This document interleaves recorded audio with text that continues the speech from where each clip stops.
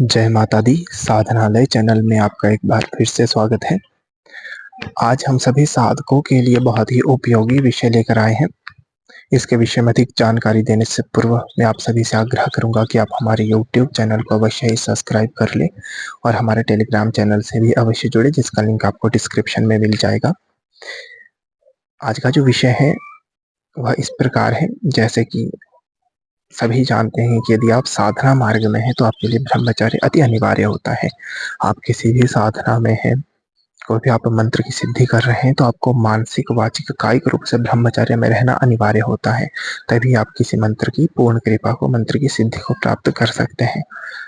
परंतु जब हम साधना करते हैं, मुख्य रूप से यह विषय नए साधकों के साथ अवश्य होता है। कोई साधना मार्ग में नया-नया आया है तो वह किसी एक मंत्र को, एक स्तोत्र इत्यादि को पकड़ के जब उसका जाप पाठ करने लगता है तो उसका मूलाधार चक्र सक्रिय होने लगता है। उसके मूलाधार चक्र में स्पंदन होने लगता है। जब मूलाधार चक्र जागृत होता है तो वह हमारे काम भाव को अवश्य ही बढ़ाता है। जब वह पूर्ण जागृत होता है तो काम भाव को बिल्कुल कम कर देता है, परंतु जब वह अपनी शुरुआती स्टेज में होता है, जब वह जागृत हो रहा होता है तो वह काम भाव को बहुत ही तीव्रता से बढ़ाता है। यह अनेक साधकों ने अनुभव किया होगा कि जब वह कोई साधना करते हैं, मंत्र जप करते हैं तो उनकी कामना, उनकी जो काम भाव है वह सामान्य दिनों से बहुत अधिक उनको अनुभव होता है। अनेक प्रकार के कामासक्त करने वाले विचार उनके मन मस्तिष्क में आते हैं, तो यह इसी कारण होता है। तो आज इनका सामान्य सा निवारण मैं आपके लिए लेकर आया हूँ। यदि आप साधना इत्यादि करते हैं तो प्रतिदिन आपको 5 ब्रह्मचारियों के नाम लेने चाहिए। एक पंच ब्रह्मचारी पंचनाम स्तोत्र है, छोटा-सा बिल्कुल है, वह मैं आपको आपकी स्क्रीन पे या डिस्क्रिप्शन में डाल दूँगा।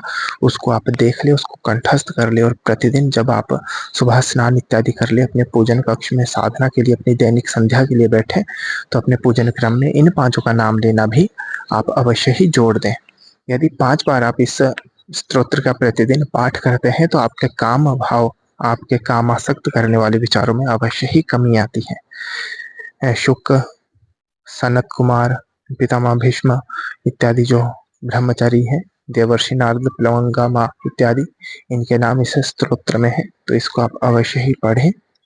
और जब आप इन 5 ब्रह्मचारियों का नित्य स्मरण करते हैं तो इनकी कृपा से आपके मन मस्तिष्क में काम भाव का स्तंभन हो जाता है। वह किसी भी प्रकार से ऐसे कामासक्त करने वाले विचार फिर आपके मन मस्तिष्क में नहीं आते हैं।